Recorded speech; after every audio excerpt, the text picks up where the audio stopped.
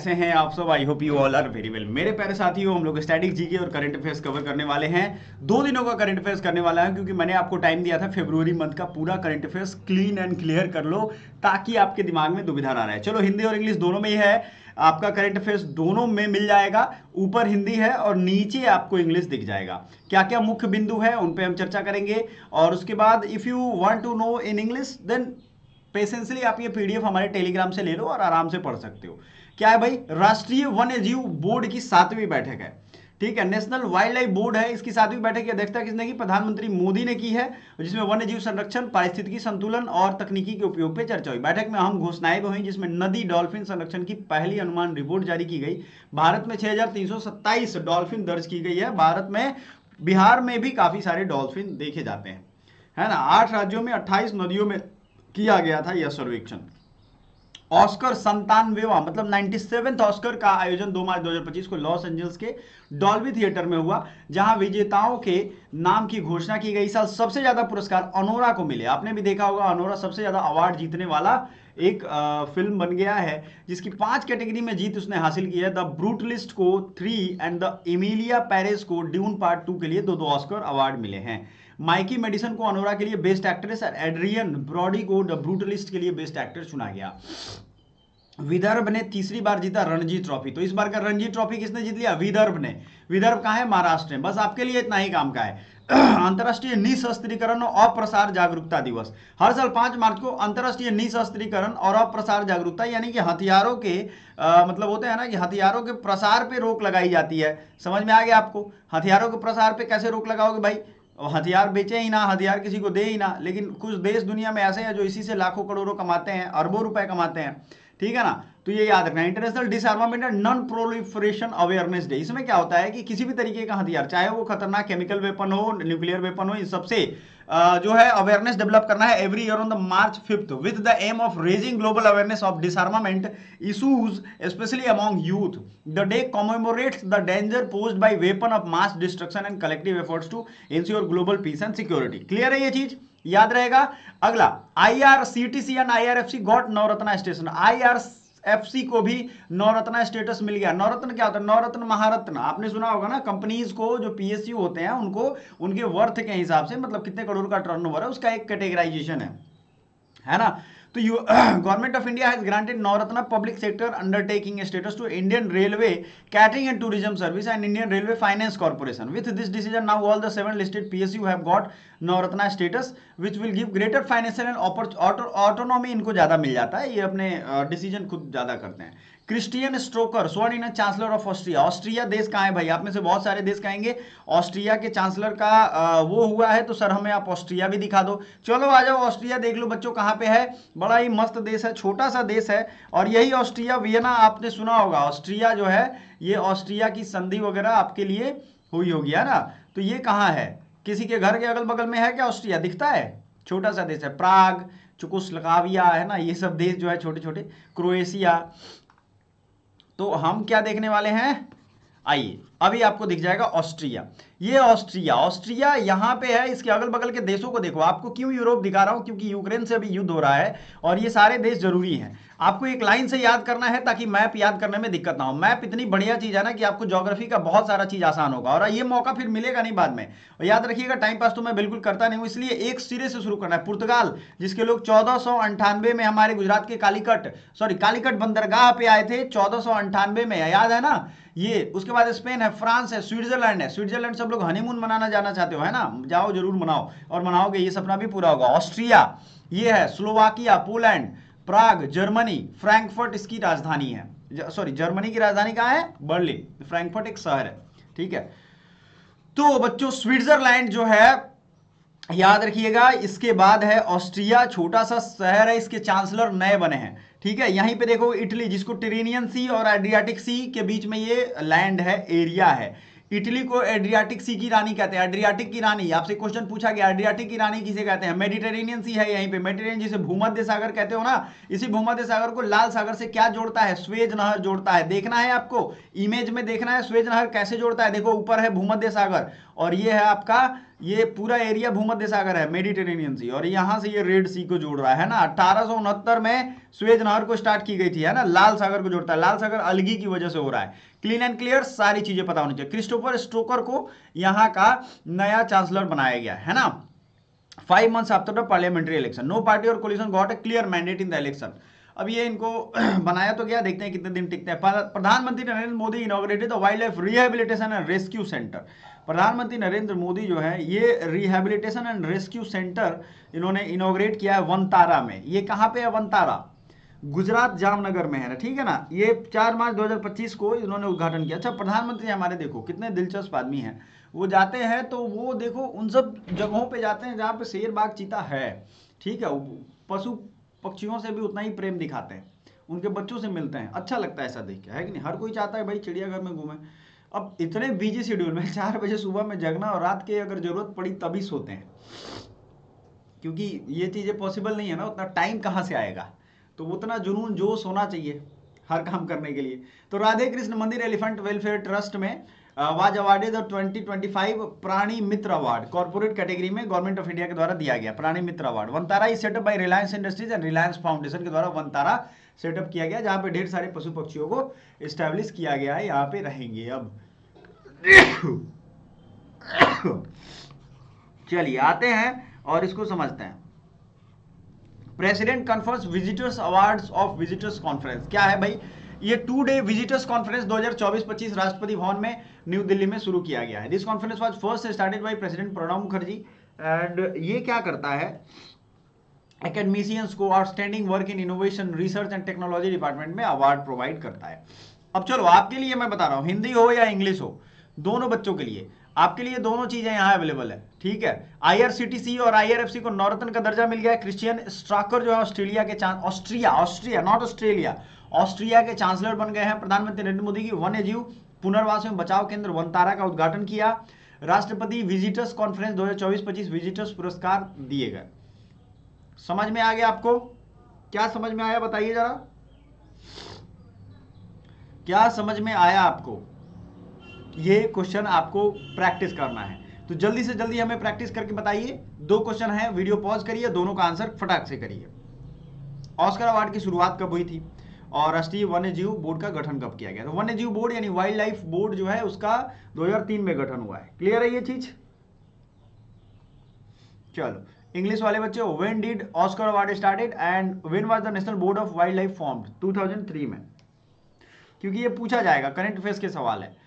Which team has recently won the Ranji Trophy? Ranji Trophy और what is the International Disarmament and Non-Proliferation Awareness Day? ये कब मनाते हैं?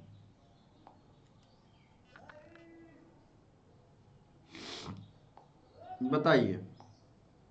पूरे दुनिया में ट्रंप ने हाहाकार मचा दिया टैरिफ लगा लगा कर, है कि नहीं?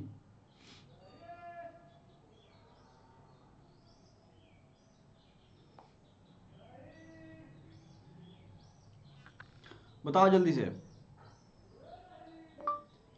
अभी हाल ही में किस टीम ने रणजी ट्रॉफी फाइनल जीत ली है?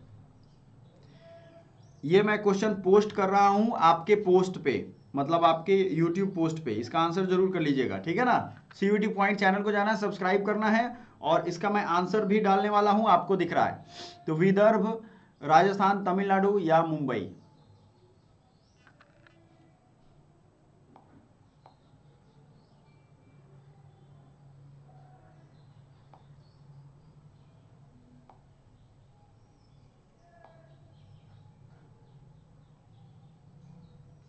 अच्छा, बिहार का किसी फील्ड में नाम नहीं है। रणजी उंजी भी पता नहीं कौन खेलता है, पता नहीं चलता है कि नहीं? इंग्लिश में भी डाल देता हूं। रणजी कैसे लिखते हैं भाई? क्रिकेट में मेरा बड़ा कम इंटरेस्ट है अभी।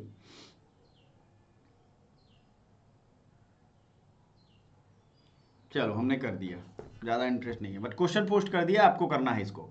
क्रिस्टेफन स्टॉकर। अब 2 क्वेश्चन है, इसको भी जल्दी से करो। वनतारा एलिफेंट एंड ये रिलायंस फाउंडेशन के द्वारा बना है ना। मुझे लग ही रहा था कि मोटू भाई कहाँ दिखेगा हमारा, और देखो प्रधानमंत्री के साथ दिख गया, भविष्य अपना चमकाने में लगा हुआ है ना। तो world's largest wild life rescue and conservation and rehabilitation centre जो है ये कहाँ है? वनतारा में।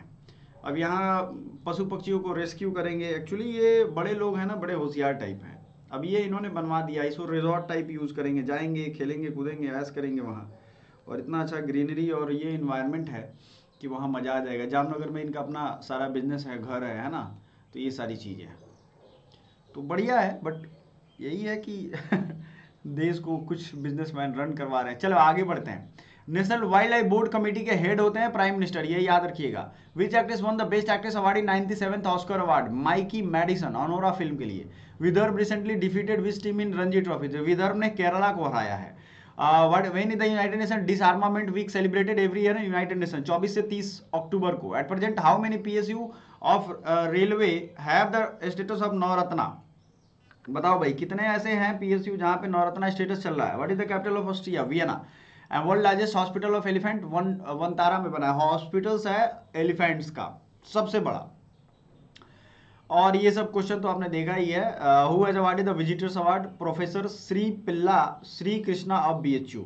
ये हमारे बीएचयू के ही प्रोफेसर हैं और इसमें थी innovation research and technology department में दिया जाता है। Professor Shri Pillai of Shri Krishna of BHU, Banaras Hindu university के ये प्रोफेसर हैं। ठीक है जी, चलो।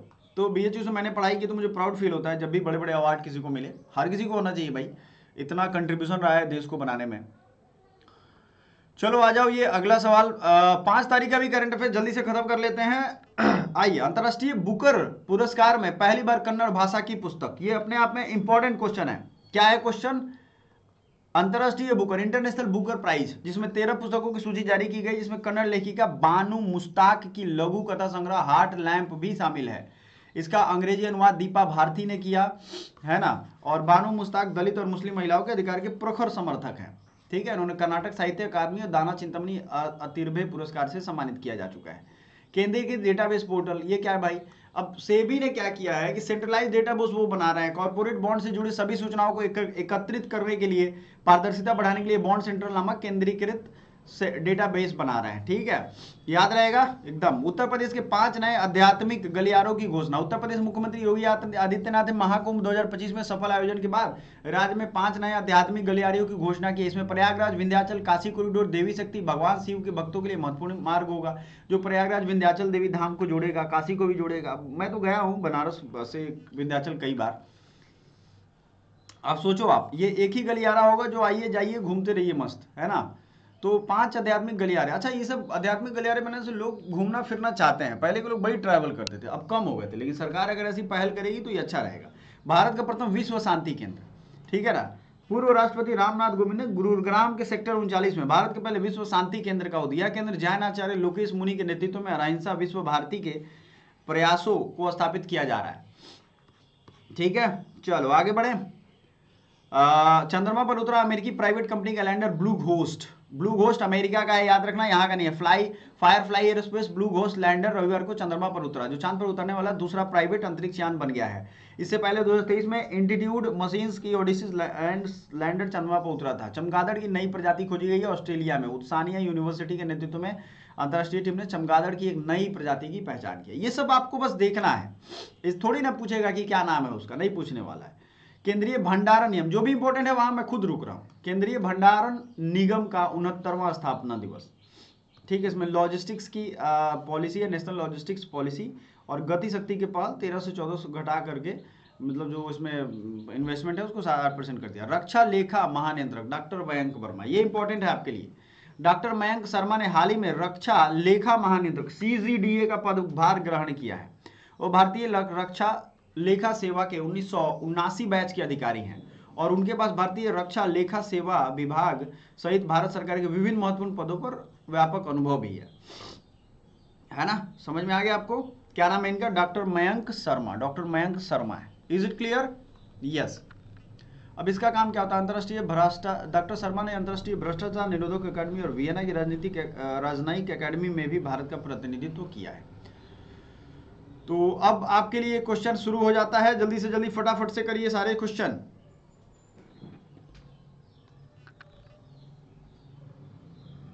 जल्दी से करिए, 2 क्वेश्चन है आपके लिए।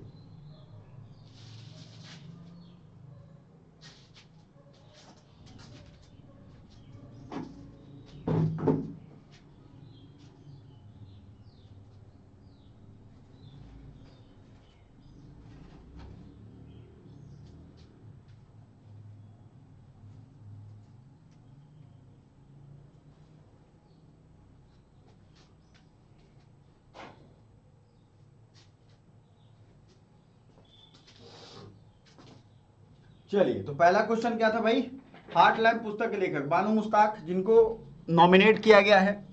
ठीक है, दूसरा है सेबी द्वारा शुरू किए गए केंद्रीकृत डेटाबेस पोर्टल का नाम क्या है, बॉन्ड सेंट्रल। उत्तर प्रदेश मुख्यमंत्री योगी आदित्यनाथ ने हाल ही में कितने नए आध्यात्मिक गलियारों की घोषणा की है, जल्दी से बताइएगा, कितने नए आध्यात्मिक गलियारे हैं भाई।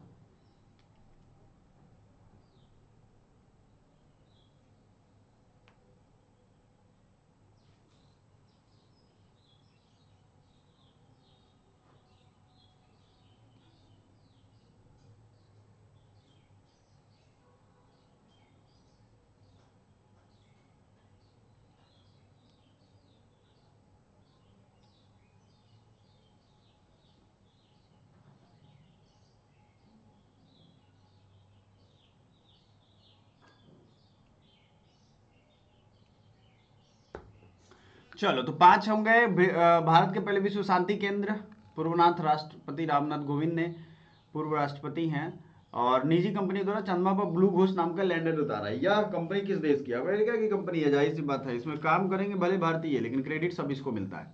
एक चीज और मैं आज आपको बताने वाला हूं जो कि बड़ा इंपॉर्टेंट है सभी बच्चों के लिए। 2 दिन के करंट अफेयर्स था, काफी सारा इसमें क्वेश्चन आपको दिख रहा है, पॉज करते जाइए करते जाइए।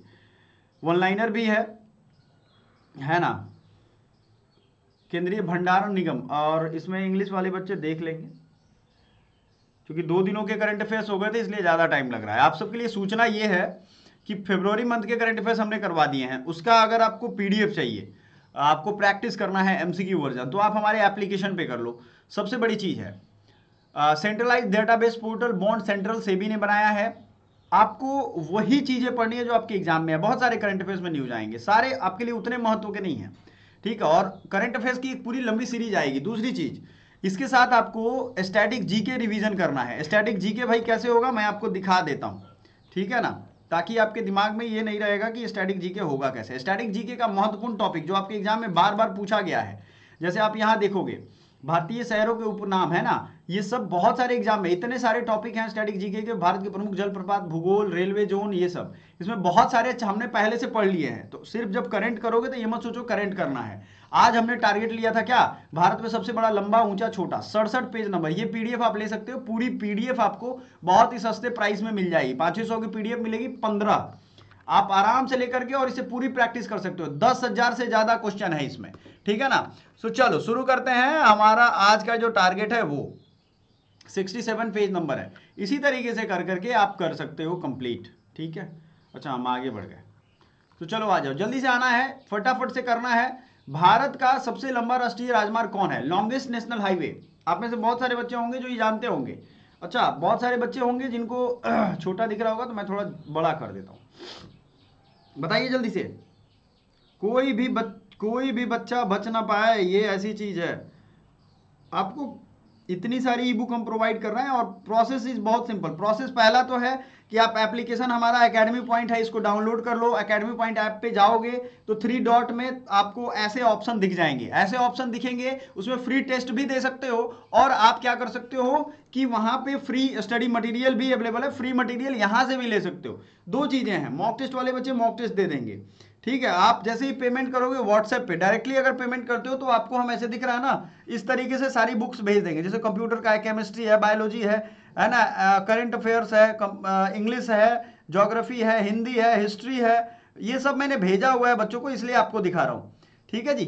चलो, तो सबसे लंबा राष्ट्रीय राजमार्ग और भारत का सबसे बड़ा पुस्तकालय, ये 2 क्वेश्चन आपके दिमाग में अभी चल रहा है ना। बताइए जल्दी से,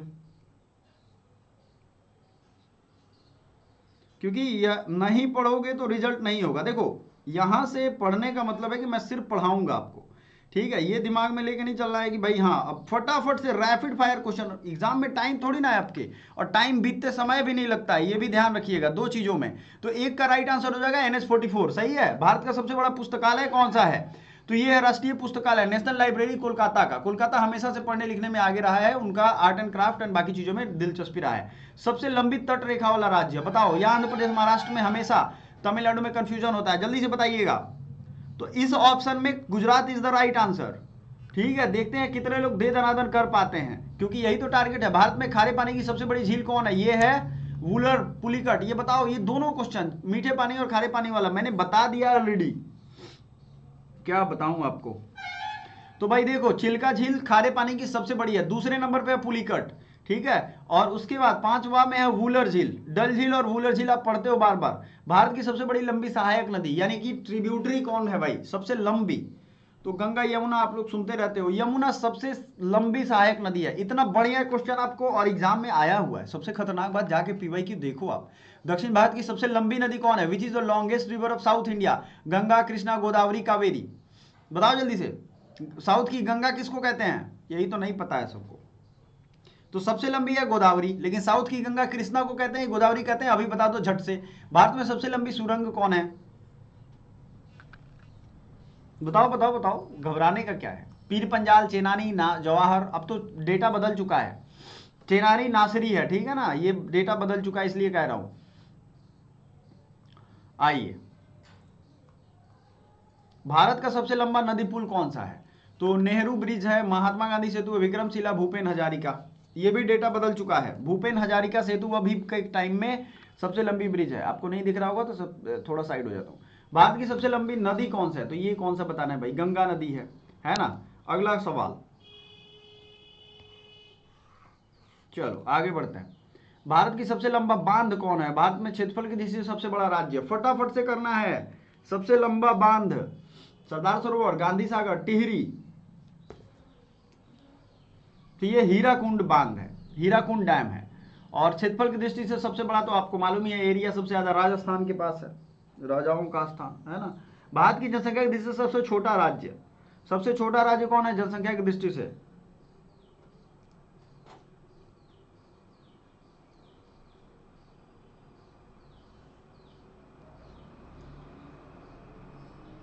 भारत का सबसे आबादी वाला शहर कौन सा है?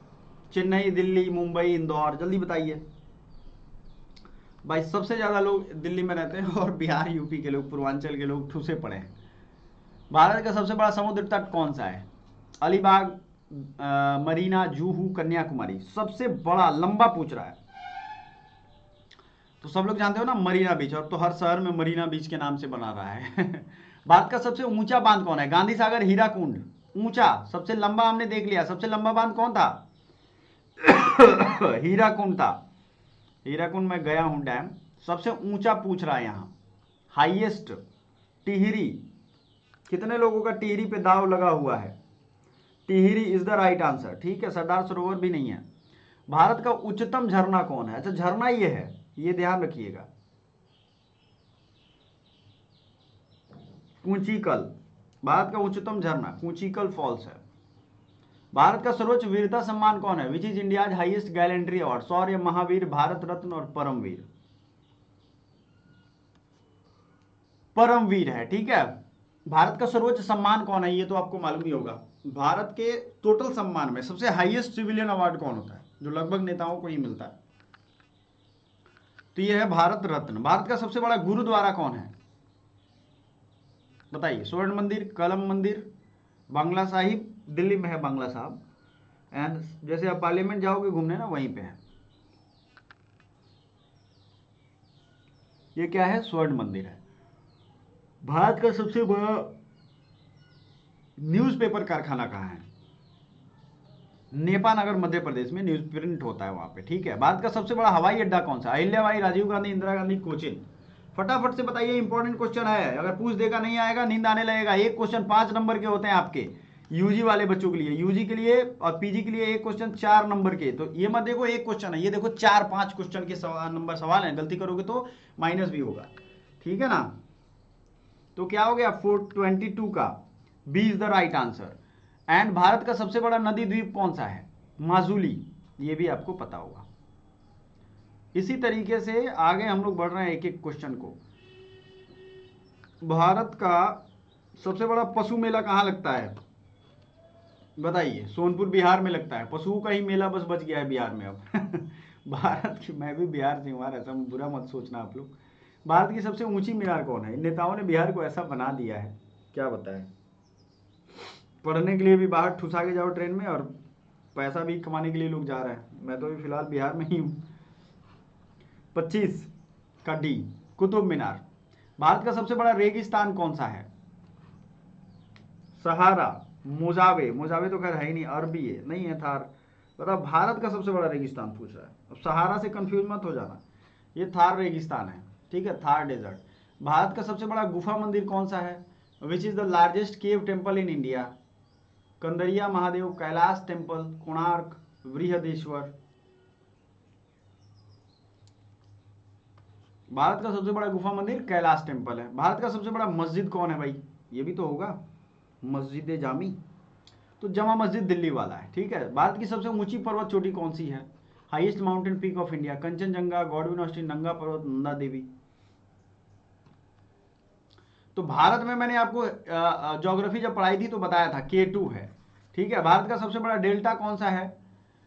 ज्वारनदमुख डेल्टा, नौकादर डेल्टा, प्रगतिशील डेल्टा, सुंदरवन डेल्टा।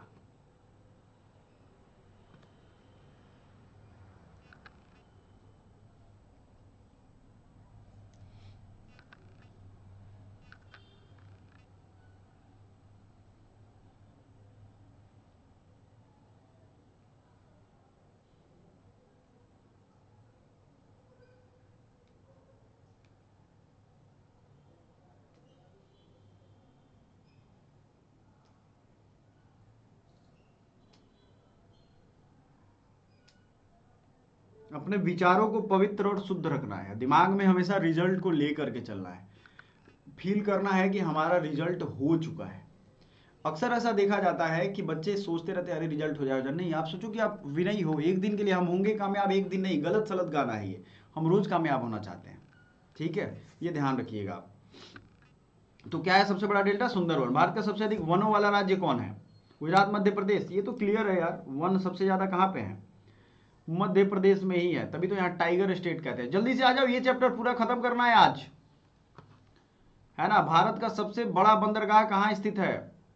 कोचिन, कांडला।